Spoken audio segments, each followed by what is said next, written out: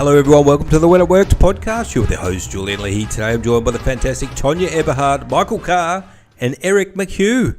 Welcome to the show. Wonderful guests. Thank you for having us. Yeah, thanks, man. Let's get the music on. All right, now our shocked guests are about to play Jeopardy, and then after that we're going to have a chat to them. And to kick things off, we've got Tonya and Michael from BrandFace. The categories are Washington, D.C., Europe, First Ladies, Foreign Cuisine, Hats, and Hotel Names. What would you like? Tonya, I think, is going to be the captain. Oh, well, let's do foreign cuisine. Foreign cuisine for 100, assuming. Yes. The Middle East's popular pocket bread. That would be pita. Peter, good old Peter, is correct. Well done. And the way we do it, Eric, is if the person in control's unable to answer, I'll bring you in for a turn to see if you can get it.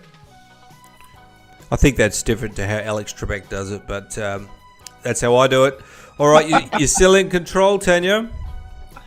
Okay, I will take Washington, D.C. for 100. Washington, D.C. What the D.C. stands for? District of Columbia. That's correct. Well done, Tonya. The BrandFace team are on fire. What would you like? Okay, you want Michael to take a turn since we're playing together? Oh my goodness. Yes, come on, Michael. She has the easy ones. How about DC for 200? DC for 200. The district's oldest neighborhood. It was named for a king. Ooh. Definitely harder than Tanya's ones. That was. Man, she took the easy ones. District's oldest neighborhood. It was named for a king. We don't have too many kings in the United States. That's weird, unless it's Martin Luther King. I'd say Georgetown. Georgetown. Oh, is it named after King George? Let's take a look. Eric, do you want to have a guess just in case? I'm not feeling confident on this one. No, I was going to say George. All right, let's take a look.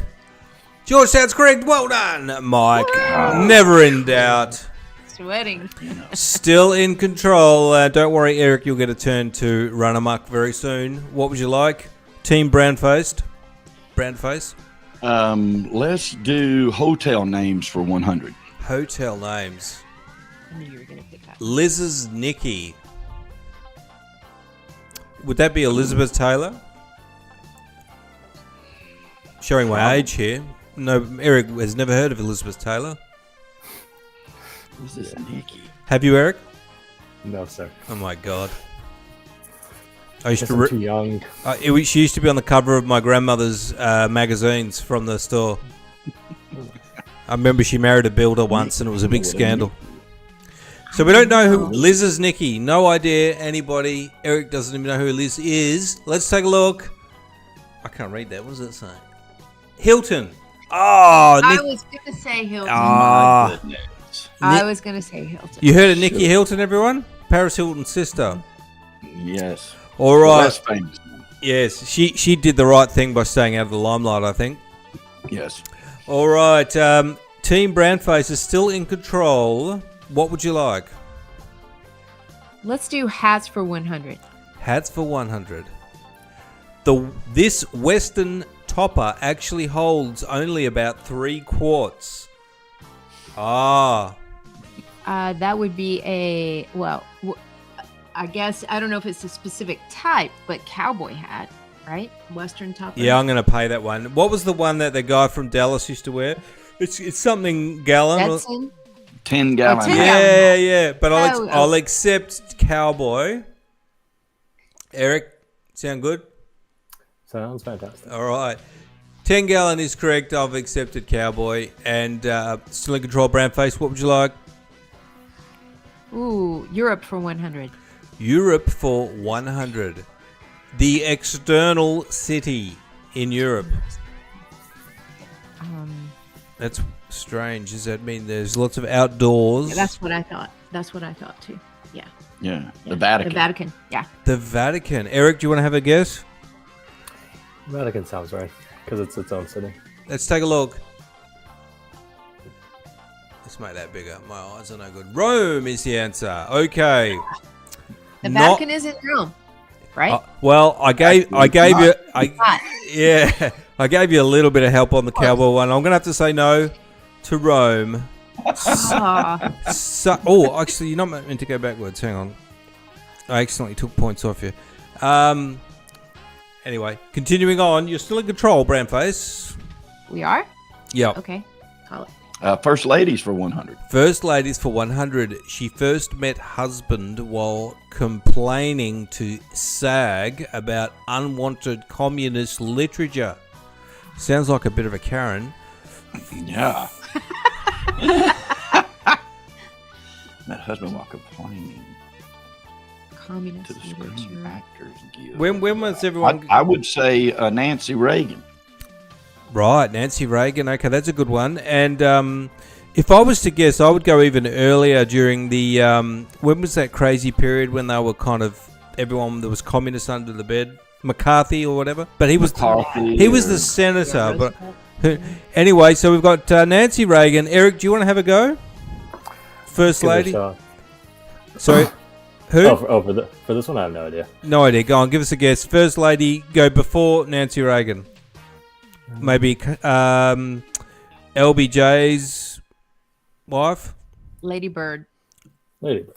Is that what All right. she was called? Well, if that's Lady correct, Bird. I'll give that to Eric, and if it's Nancy, I'll give it to Team BrandFace. Let's take a look. It's Nancy. BrandFace is unstoppable. Nice. Well done. They're crushing it. Old Nancy. All right, there you go. All right, what we've got left, just about everything. What would you like?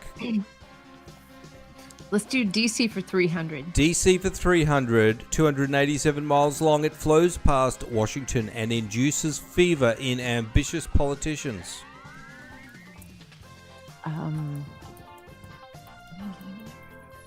What's the river in DC? Yeah. I was just asking him that. No Googling. No. Eric, you got any idea? Yeah, I went to a festival that was bordered on the river, so I actually know this one. What is it? Potomac. Let's take a look. Potomac is correct. And we've got Eric on the board. I'm so excited. All right, Eric. You're in control now. What would you like? Let's do DC for 400. DC for 400. Though this mound rises only 8. Alright, well. That's very obscure. When I hear that, I fun think. while it lasted. What was that? It was fun while it lasted. Yeah. I'm thinking baseball, but I don't think DC's got it. I mean, because pitcher's mound, but I'm just clutching at straws. What about you? The Nationals. Can I call a friend? Do we get the... No, on another Lifeline day we have somehow. Millionaire, not today. No, yeah. So, Team BrandFace, do you have any idea? I think it's Washington's house, but I can't think of the George Washington's house. Mount. No. I'm blanking on this one. Yeah, I'm blanking. It's blanking hard. Let's take a look. Capitol Hill. Okay. Oh, okay. That came into How obvious. How obvious. Oh, my Yeah. goodness. Well, I think we should have had a more topical question for that one, like something to do with the January 6th shenanigans. All right, still in control, BrandFace. No, who's in control? Eric. Eric's still in control. What would you like, Eric? Still want to finish off Washington or Let's do Europe for 200, please. Europe for 200? Hitler said this Polish capital must cease to exist. Level it. I should know this. I don't know it. What's the capital of Poland?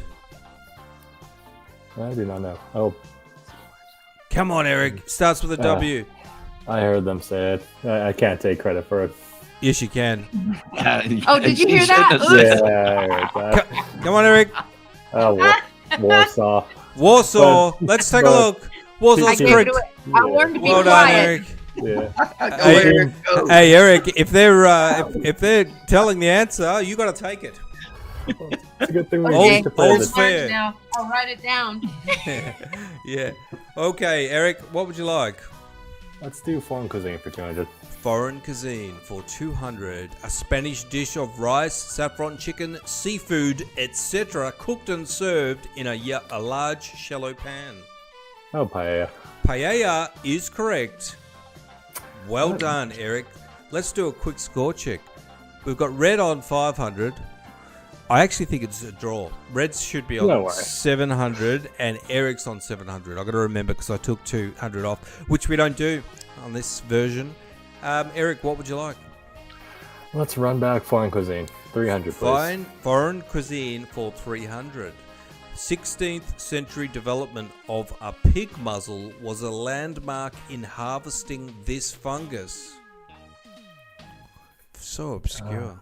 Yeah, it's really expensive. It's like they sniff, they get it. Yeah, what do you call that? Oh, that's called. All right, I'm going to give you a clue. They you often use the oil of it in cooking. All right, I'm going to throw over to BrandFace if you can answer. Truffle. Truffles sounds correct. Let me just check. Truffles is correct. Well done, BrandFace. Back in control. What would you like? Foreign cuisine again? Sure. Foreign cuisine for 400. 400. Please, Foreign Julian. cuisine. A small oriental orange or a division of Chinese cuisine. Do we still say oriental? Yes. These questions are from the 80s. What? Yes. Oriental's a rug. I'm told Oriental's a rug, yes. And that would be Mandarin. Of course. Mandarin it's got to be. Let's take a look. Mandarin is correct. It's also a language. And what would you like, BrandFace? I think we're on a cuisine roll. Cuisine. Let's finish off cuisine for 500. City Wiener Schnitzel is named for. City. It's got to be like a German city. Or a horny politician. That was an obscure joke there. Okay, I would say wiener. Not sure. Yeah, I mean that's I'll do that as well. Eric, do you want to pipe in with a guess just in case? Pipe in. That's Okay, funny. let's take a look. It is Vienna. Interesting. Wiener Schnitzel. Vienna. We should have used the V. My pronunciation led you astray, which is often the case. Okay, BrandFace, what would you like? DC for 500. DC for 500. Former Secretary of State for whom Washington, D.C. International Airport is named. Dulles. Was that Dallas? Dulles. Dallas? Dulles Airport. Dallas, okay. Let's take a look. Eric? I thought he was a CIA director. Or is that his brother? Have you got another alternative? No, Okay. Dulles is I think I'm doing. Dallas is correct. Well done, Michael. What would you like? Let's do hotel names for 200. Hotel names. I love that twang there, Michael. The film in which Bing sang about a white Christmas and an Easter parade. Holiday Inn. Eric? Yeah, that sounds about right. When in doubt, go to Bradford. Holiday Inn is correct. Well done, Tanya. What would you like? Tanya's a machine. She's a machine. she's That's why I didn't want to play against her. Yeah, it's smart. I think he had some insider trading, my man. I did. Yeah. Yeah, it was a good choice. I just tell everybody she's the secret to my success. All right. I'm getting very lucky. Hotel names for 300, please. Hotel names for 300. According to Andy Griffith, everything's good that sits on this cracker. Ritz. Ritz. That's an old question. The old Andy Griffith show. I've never saw that one. Let's take a look. Ritz is correct. Well done, Michael. Look, together you guys are pretty much unstoppable, I think. What would you like now? Hotels for 400. Hotels for 400. In 1959, Maverick won the Emmy for this category The only year it was given. Now the Emmys is TV shows, and they gave an award to somebody called Maverick, but only for one year. It was the first time it had ever been given this category, so it must be a novelty type of thing, an unusual situation. I mean, I'm just going to throw a name out there, but I don't think that's it. Renaissance. Okay. Eric, anything? Let's try Four Seasons. Four Seasons versus, what did you say, Tonya? Renaissance. Renaissance. Best Western. Oh, what? But That makes sense. That's a good one. That is a good one. Yeah. I don't get it, to be honest. He's the best Western. Okay. All right. Who's in control? Tonya? Hat for 200. Hat for 200. Slang for a construction worker. In Australia, that'd be different. Tradie, we would say. But that's not going to help you. Hats, construction worker. There you go. Hard hat. Hard hat. That sounds good to me as well. Eric, anything you might have a guess? No, that one's right. Hard hat's correct. Well done, Michael. What would you like? Let's do hats for 300. Hats for 300. Russian fur cap with ear flaps.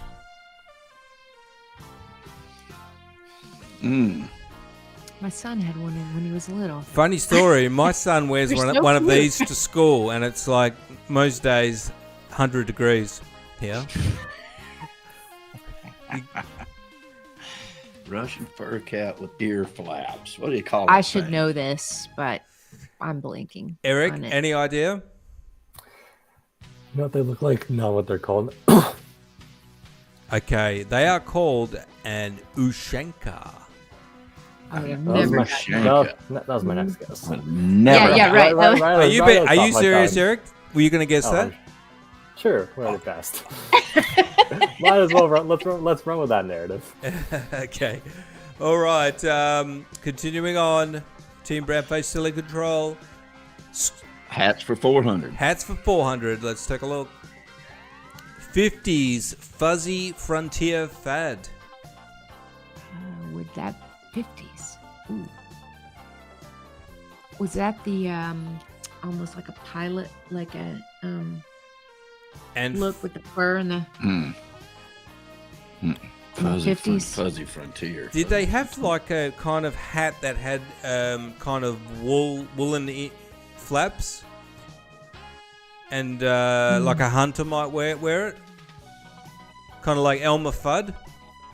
That's what I'm talking about. Yeah, but I don't know. You're right. It has the little fur thing Yeah. up here and then over the ears, and has the ear flaps too. Yeah, we don't But know. I don't know the name of it. And I don't even know if that's correct. Eric, any idea? Hunter's cap. Sorry? Hunter's cap. Hunter's cap. Let's take a look. Good Like guess. Elmer Fudd. Davy Yeah. Crockett's. Oh, yeah, he used to wear the raccoon on his head. Remember Davy Crockett? I was about to say raccoon hat, but 1950s would have been way late for that. Mhm. Okay. Davy Crockett. I remember they used to have the reruns of that show. And David Boone. I remember. Who was it? David Boone? No. Daniel. Daniel Boone. That's right. Daniel Boone. Yes. Okay. BrandFace, what would you like? Let's do hotel names for 500. Hotel names for 500. Muppets commenting from the balcony in the following hotel. I remember there were those Muppets. I remember two old men. Yeah, two old men, and they used to always be just laughing at the Yeah. terrible performance. Yeah, the most sensational, inspirational, Muppetational. I remember it, but I cannot remember the I name love the of Muppets. hotel. I loved it when I used to watch the movies like at the cinemas and stuff. I don't remember their New York- names. The New York hotel. I don't know. Muppets commenting from the What balcony would in the them- following. That is very cryptic. Yeah, it's a hotel Really name, I'm going to go with hotel. Barclay. Okay, Barclay. Eric? Yeah. First of all, Eric's what is a Muppet, he's saying? Yeah, is it the Kermit the Frog? And Yeah, the all big one? those. Yeah. Yeah, Oh, okay, you okay, got yeah. it. You got it. All right. Just guess a hotel, I reckon. Ritz. All right, let's take a look. The Statia and Waldorf. I've heard of the Waldorf Hotel. Maybe that's the one they Waldorf. made. Yeah. To Or- Waldorf Astoria. Yeah, Waldorf and a Waldorf salad. All right, BrandFace, still in control. Let's finish out hats for 500. Hats for 500. Graduate's cap. It sounds like a plasterer's tool. Or plasterer's tool. To get rid of the Australian accent. Graduate's cap. It sounds like a plasterer's tool. Something in mortar. Oh! Mortar's part of it. All right, I'll accept anything with mortar in it. Eric, if you can make it even more accurate, I'll give it to you. Mortar and pestle. Let's take a look. Mortarboard. I'm going to give that one to Michael. Well done. Mortar board. Um, Never heard that. Europe for 300. Europe for 300. Moscow Park was the scene of murders investigated in a recent, as in 1980s, bestseller and film. Moscow Park. And there was a movie with... Oh, what's his name? It's going to come to me. You know that movie with everybody meets in this... And they have in this house, and they have a party, and they play all this music, and it had like Jeff Goldblum and the Big Something, or do you remember that? And they had all the soundtrack. Jeff Goldblum, and it's got this actor that I need to remember. Is it Fonda? Peter Fonda? Is there another Fonda? There's Henry Fonda, but that would have No, I Henry think Fonda Peter would Fonda. have been much older. There's a Peter Fonda. Okay, well I think it might be him, and he made a movie about Soviet Russia, like a spy movie in the 80s. Mm-hmm. All right, last clue. I think this is the answer. I'm not sure. Something Park. If you could get that, I'll give it to you. Well, it is. That's the movie. Something Park. Ready? Anyone want to chip in? Gorky Park. I kept, I kept thinking about, Wind of Change, the song, The Wind of Change, down at Gorky Park. Wow, your brain was, you were trying to pull it out of the old hard drive. It gets a bit hard sometimes. It does. Yeah. Especially this slow one. All right, Silly Control BrandFace, what would you like? First ladies for 200. First ladies for 200. After first breaking the engagement, Lincoln went on to marry her. Mary. Mary, okay. First lady Mary. Mhm. Eric? Mary Todd, but they sparked it, so they got it. All right, let's take a look. Mary, yes, Mary Todd is correct. And I'm going to give you some points for adding the middle name. All right, Silly Control, BrandFace. Europe for 400. Europe for 400. Since 300 AD, this region of northeast France has been traded 7 times by Germany and France. Since 300 AD, this region of northeast France has been traded 7 times by Germany and France. Now, this is tough. Now, if I had to guess, now this is a complete guess. Do you remember the Asterix comic books? No. No. Oh, okay. All right. Anybody got a guess? Totally blank. Blank. All right. I think it's Gaul. Let's take a look. No, barking up the wrong tree. I tell you, my tips are often to be ignored. BrandFace, what would you like? First ladies for 300. First ladies for 300. Virginia Governor Charles Robb's mother-in-law. Oh, my heavens. Now she must. Who's Charles Robb? No. Well, she must have made quite a name for herself if she's a Jeopardy question. The mother-in-law, Charles Robb's mother-in-law. No clue. That's a tough one. These are all questions. Let's take a look. Lady Bird Johnson. Never heard of her. Yeah, she's. You have heard of her? Lyndon Johnson's Lyndon wife. Johnson's wife. President's wife. There you go. Not the Boston Celtics player from the 80s, Larry Bird. All right. No. Continuing on, BrandFace. First ladies for 400. First ladies, 400. In 62, Adlai Stevenson eulogized, "She would rather light candles than curse the darkness." That sounds good. And it was a first lady. 62, she died. First lady. Who was before Johnson? Roosevelt? Was she in that same time frame? I'm not really good with my presidential years, I know. but my And 62 would have been would that have been Johnson? No, it was right before. Well, when did the Vietnam War start? Was that early 60s? Unofficially. Yeah. Unofficially, I think it was 68 or 69. It started then. Okay, so So it's it would have been definitely pre- before uh, Johnson. LBJ. Yeah. And I can't remember who was before Johnson. Eric, No clue. you guys need to do some elementary school revision. Apparently we with do. all the presidents. Roosevelt. Teddy Roosevelt's wife. Eleanor. I just said it. You did. Eleanor I did say Roosevelt. it. Did you I say said that? it to Michael. I said it She- to Michael. I said, would it be Eleanor Roosevelt? She didn't. We didn't commit. What do you reckon, Eric? We didn't commit. Eric, should I give it to her? I would I give didn't- it. I would give it to them, but they sound like they don't want it, which is awesome. They don't want it, but we're gonna force them to have the points. All right, It's okay. Here you go. Here's the point. you've got it. Two questions left. Europe 500, First Ladies 500. What would you like?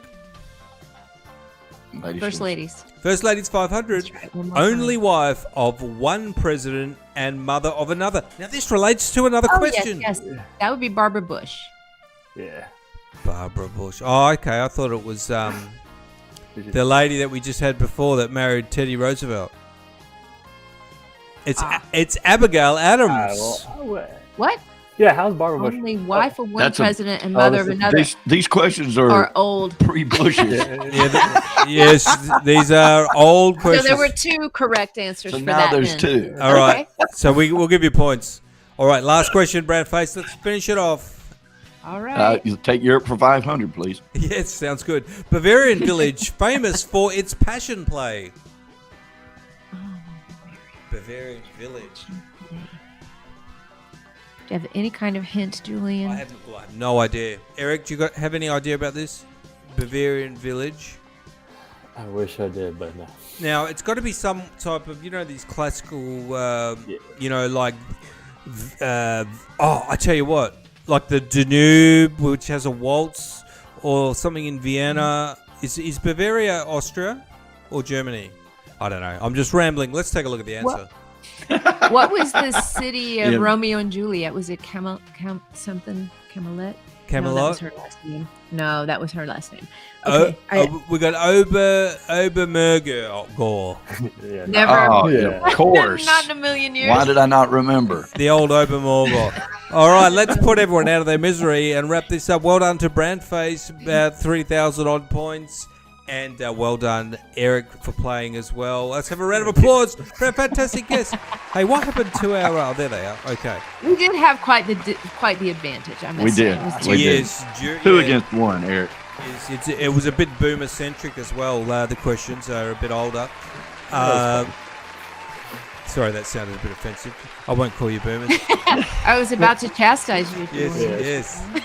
You got the- I don't want to get chastised. All right, let's get straight into Mike and Tonya.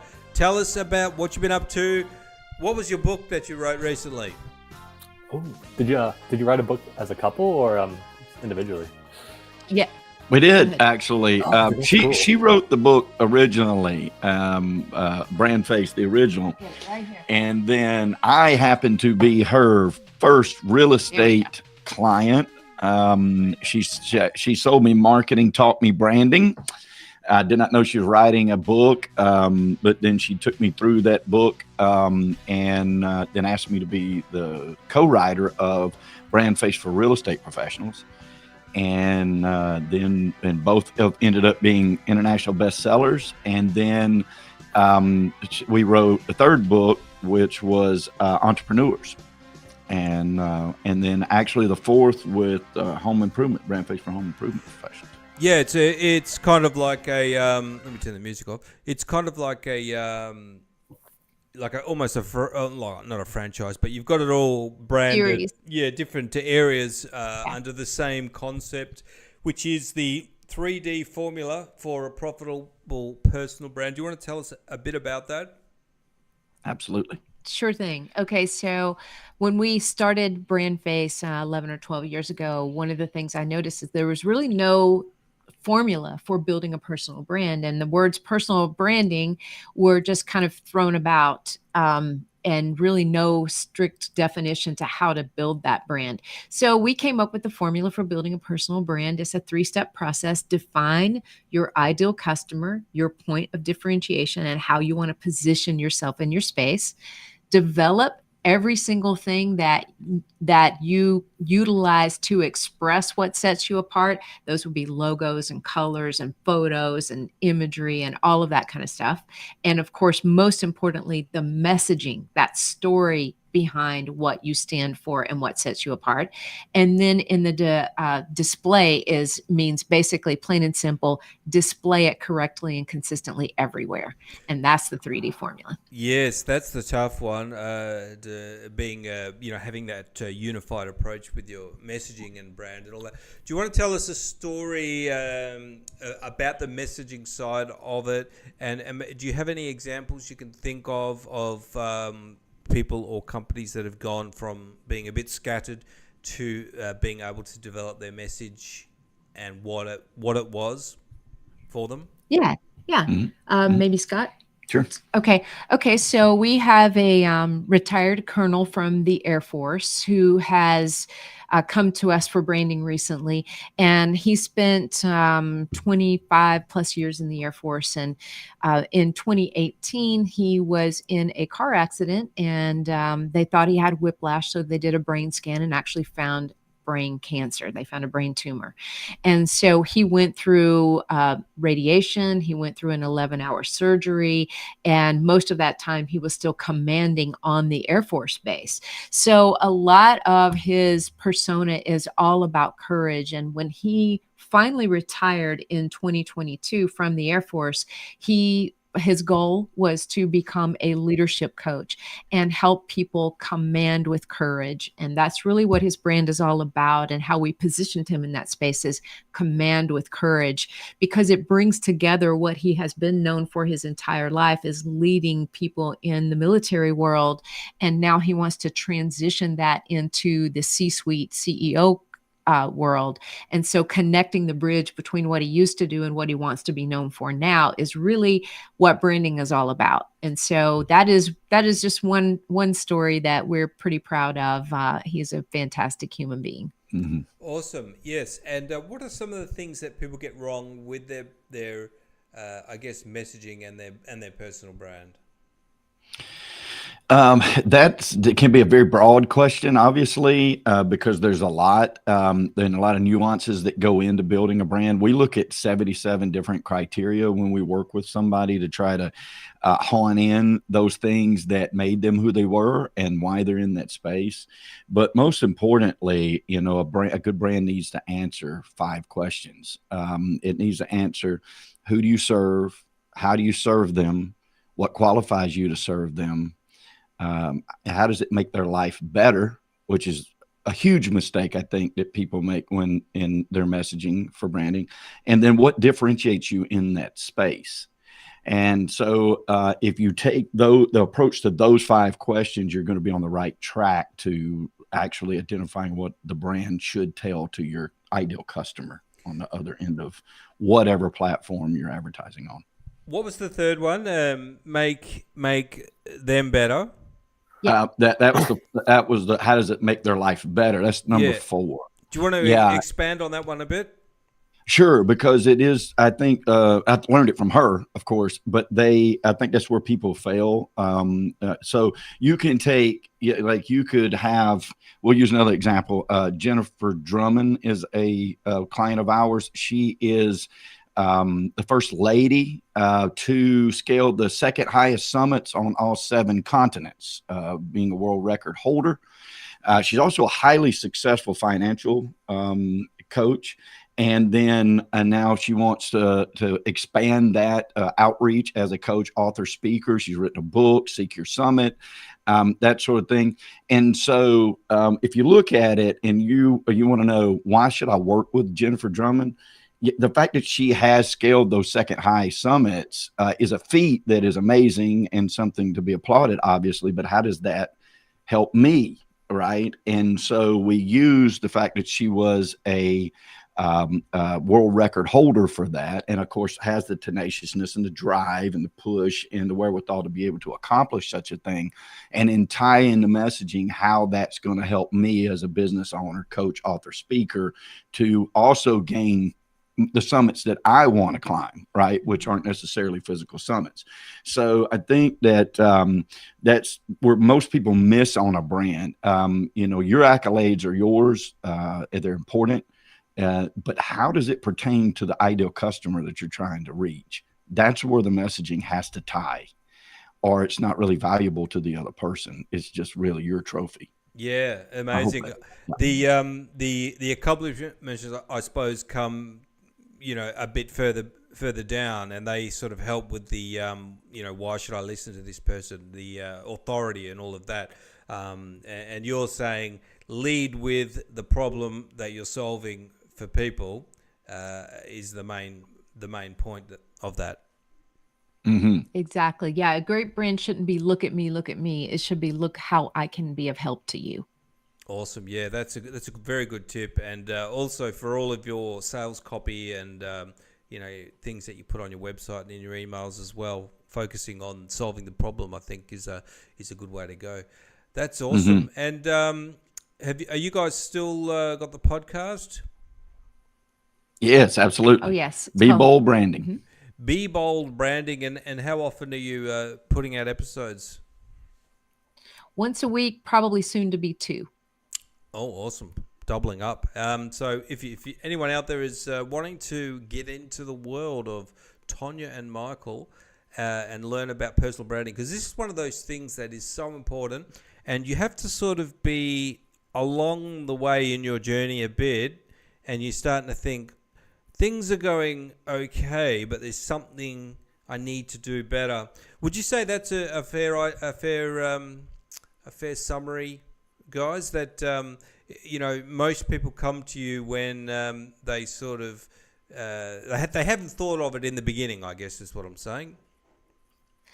I think that there's different reasons people come to us, but I think the warning signs that would indicate that a brand is the problem is if you are attracting people that are not actually profitable customers for you.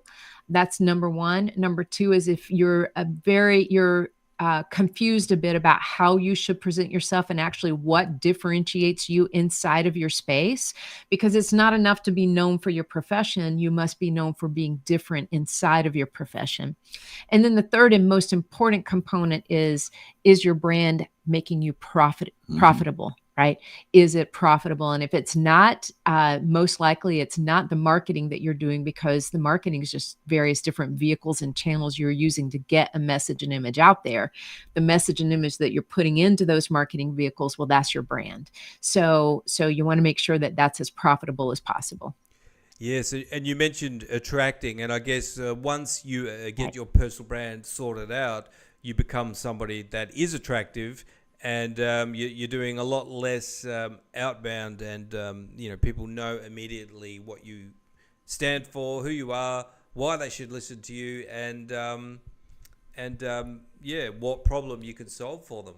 So it's a big one, personal brand. That's great. So Yeah, the book, the latest book is called, what is the latest one? Yeah, BrandFace for entrepreneurs. BrandFace for entrepreneurs, and that's on Amazon and on your website. Yes. Absolutely. Awesome. And don't forget the Be Bold Branding podcast as well, if you want to check out, get on the podcast and just have a listen to see what Tonya and Michael are all about, because personal branding is one of those things, and getting your messaging right is so important, and it makes a big difference. So thank you to our wonderful guests from BrandFace, Tonya and Michael Carr. Thank you, Julian. Thank you for having us. No worries. Thank you. And Eric over there, thanks for joining us and thanks for playing. And do you want to tell us a little bit about what you're doing? You're in the Web3 world. I have a friend that's in that as well. Do you want to tell us a little bit about that and what you're doing in that area?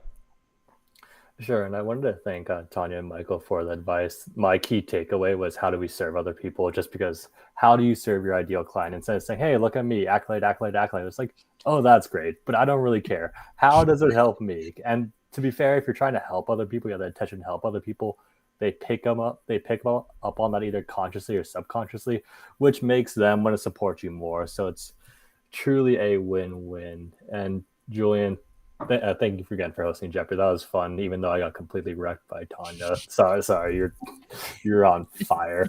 But in terms of Web3, we can do Web3 or AI. So would you like Web3 for 500 or AI? Tell us about tell us about ShopX first of all. Sure. So ShopX is a way for Web2 brands to monetize in Web3. And I think overall, the why is very important. So my personal why is, I would overall like to live a nice, peaceful life. I felt that was more difficult if I felt the money system was corrupt or just not ideal. That led me to physical gold and physical silver as a potential solution for that. And then Bitcoin is the next evolution, in my opinion.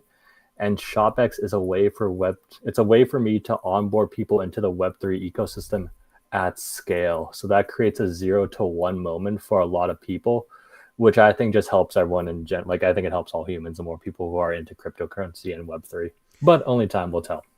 Now, when we talk about Web3, I think about the NFT side of things. Is that what Web3 is? And can you explain why it's more than just pictures of apes? Yes, that's been the bane of my existence. Because imagine me talking to and this conversation's happened so many times.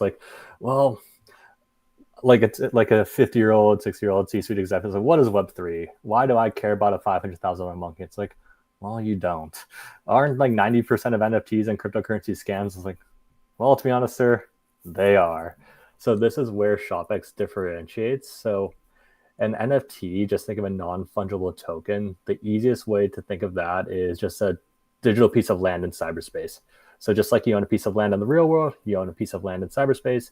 What you get to do with that land is up to you. So if you want to build a picture of an ape, fantastic. So what ShopX does is we add e-commerce utility to NFTs. So if a Web2 brand were to join our platform, okay, customers, if you want this e-commerce utility, like a discount, a specific product, early access to product, access to in real life events, if you support a brand, you support a mission, you want these benefits, here's a digital product for you to purchase. And if you want those, great. If not, that's totally fine too. Yeah, I mean, this is stuff that's kind of a little bit out of my realm of intelligence, I guess. But the thing that I'm not clear on is the utility, because I know there's a huge commercial utility for these types of things. NFTs, for example. You touched on it a little bit, but what I don't get is how the digital image is an asset that you can incorporate into your business. I know it is somehow. Is there any way you can explain that to someone who's a bit stupid like me? Yeah, well, I think you're very intelligent, just in general. It's all right. I've come to terms with it. Stupidity is relative. So I'm stupid, you're stupid, we're all stupid, who cares? But in terms of Web 1 versus Web 2 versus Web 3, I think if you want to understand what Web 3 is, you kind of want to understand what Web 1 and Web 2 is. So The easiest way I can break that down is Web 1. Think of read only. So you can go online, you can read stuff. And this is fantastic because it helped us humans just spread information much quicker, which again, super helpful. Web 2, the best way to frame that is in social media. So just think of Instagram or Facebook.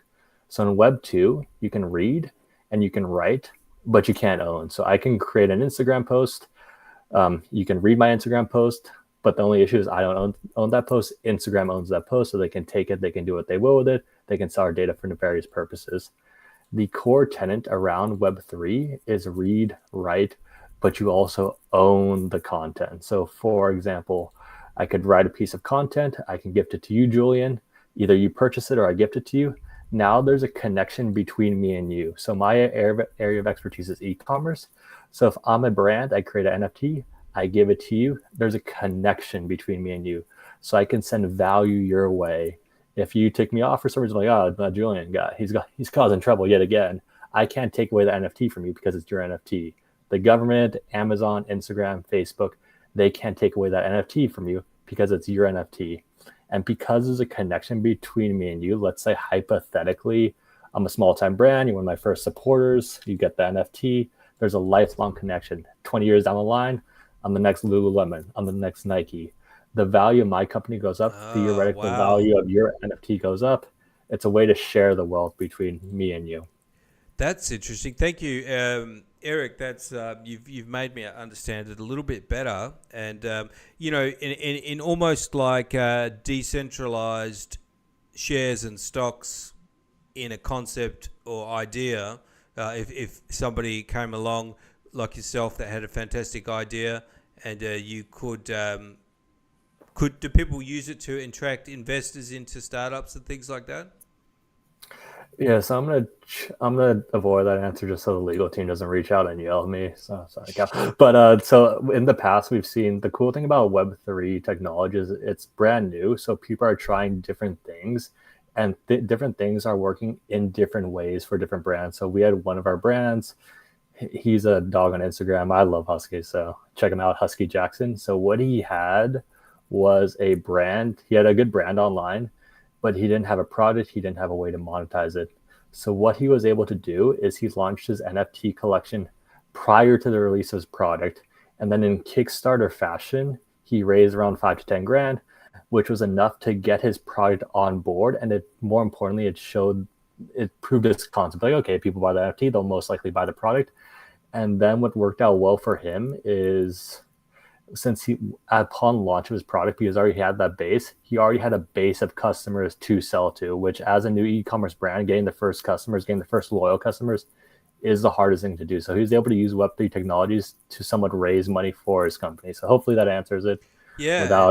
Without any stock or investor questions.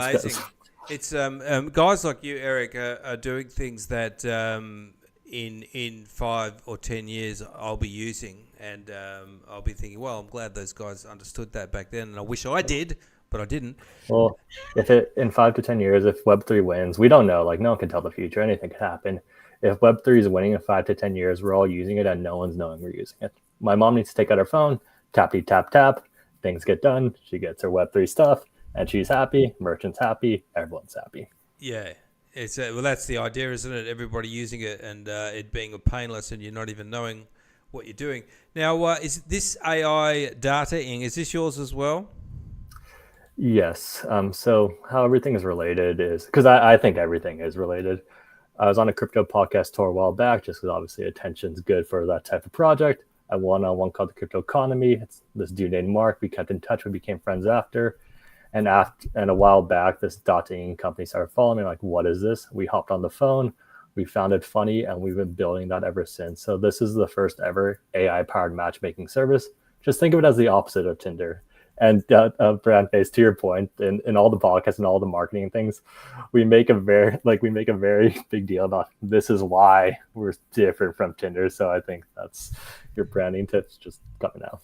So how is AI involved in the matchmaking process, Eric? Sure. So users, they join the platform, and we're in the waitlist form right now. They connect their social media or their digital footprint. We auto-generate users based on their digital footprint. and then make matches based on other users' digital footprints. So I could get 3 matches: Ashley, Kimberly, Jane. It's like, oh, Jane seems cool. Tell me more about Jane. She linked her Facebook. She's the youngest, you're the oldest. Our pattern recognition software says that dynamic works. She linked her LinkedIn. You both went to 4 years. She linked your Instagram. You both go to national parks. Oh, she connected her Spotify. Did you know that you both follow this one Spotify artist that has a concert coming up? Would you like me to suggest David Jane? At that point, Jane sees my profile.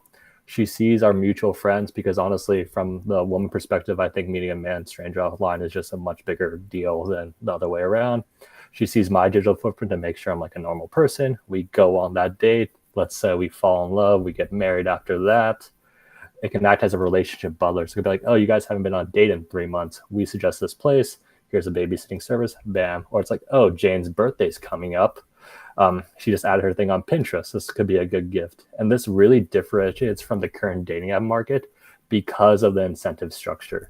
If you think about it logically, every time, and the dating app market is pretty much owned by Match.com, just so everyone knows, and so it's a monopoly, things aren't going to change. But every time Tinder matches a happy couple, what happens? The happy couple then leaves the app. That means Tinder loses a paying customer. Tinder is working with Goldman Sachs. Goldman Sachs loves money. They do not like losing money.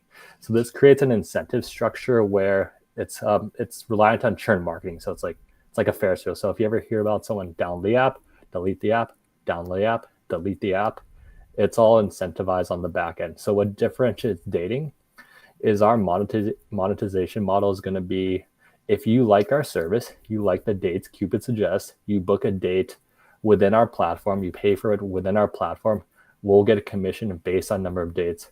So our incentive is to create good dates for people and to match people authentically. Because let's say a couple gets married, great. In Tinder world, they lose that customer. But in our world, if we're giving good dates, they'll use us to plan dates, and hopefully we suggest good dates, and hopefully it helps the relationship. This is amazing, Eric. And the matchmaking side of it using AI, it also makes me think of like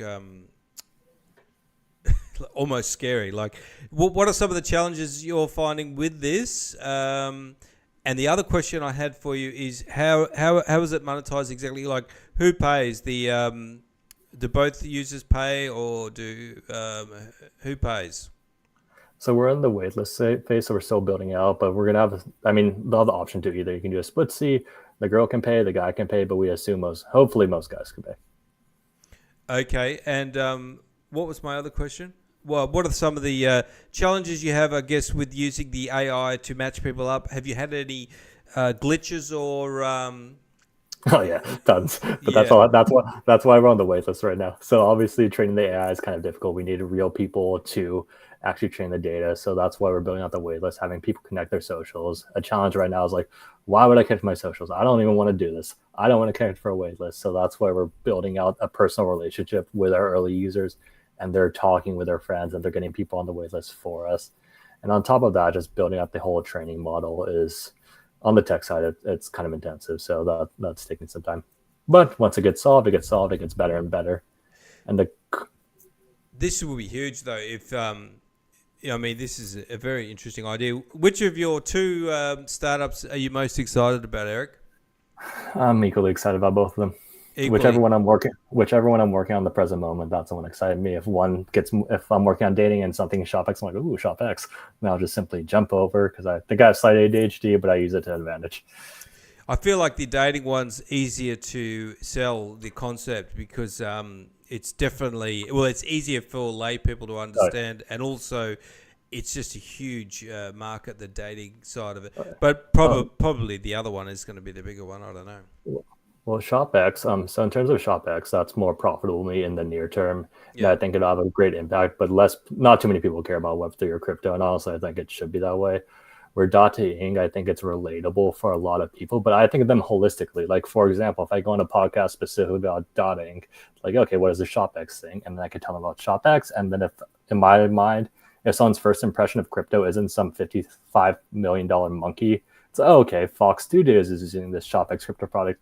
That makes more sense. But long-term dating, because again, the why for that is, I think, human relationships, and honestly, BrandFace, you guys have a killer relationship. So I think everyone should be like, most people miss out on what you guys have because of dating apps, because of social media. So we're trying to fix this. And long term, we can be a community building app too, because it's like, it's no secret people are lonelier than ever. So it's like, hey, find me 5 guys who are in my local area into Muay Thai, into meditation, who would like this taco place. Bam, we can be friends that way. BrandFace do get on very well, but it's my understanding you guys are professional partners. Is that correct? Yeah, we're life partners too. Oh, you are? Okay. Yeah, Yes. I was hoping that was an awkward situation. We're just like, sorry. It's all good. yeah. It started professional and then morphed, and I wouldn't let her go. So that's all she thank wrote. God she said yes. So, but no, to Eric, I love that idea because you're right. Like it could it could expand to just buddies that want to hang out together, or girlfriends that want to do things together, or groups, church groups and religious groups, and anybody that wants to connect with like and kind. I think that's fantastic. Yeah, that's very exciting stuff. And we're building a feature too. It's like, imagine like, if you're ever near LA or whatever, just hit me up and we can hang out. That'd be fun. But let's say in our first meetup, we take out our phone. We were dating users. We tap our phones together. It's like, okay, it shows us what we have in common. And it could even suggest something. It's like, oh, you guys should check out this bakery down the road. You may get along. Or it's like, oh, there's this. We can go to a Dodger game or whatever it thinks we have. And the cool thing about the app, and again, to differentiate from Tinder, the longer you're on the app, the smarter it gets, the better at matchmaking it gets. So it'd be like, give me 3 matches. Like, no. Okay, well, this person's obviously not into someone who's similar to them. Let me try throwing them a curveball. Let me throw them the opposite. And it just optimizes itself based on my user history and across the board. So the longer you're on, the more likelihood a match is made, because that's baked into our incentive structure. Yes, and it's good because Tinder basically relies on having a seductive picture, which is not really conducive to actually having a long-term relationship, whereas this takes the other approach, focusing on the compatibility in a very significant way. That's awesome. Thank you very much, Eric, with your fantastic ideas. And I'm going to have to wrap things up because we've been going for nearly an hour, and it's going to be hard to transcribe this. All right. Thanks to our wonderful guests, Tonya and Michael from BrandFace, and Eric Mchugh. Mchugh, is that correct? Yeah. Oh, phew. I thought I'd forgotten. All right. Thanks for listening and watching. I'm going to wrap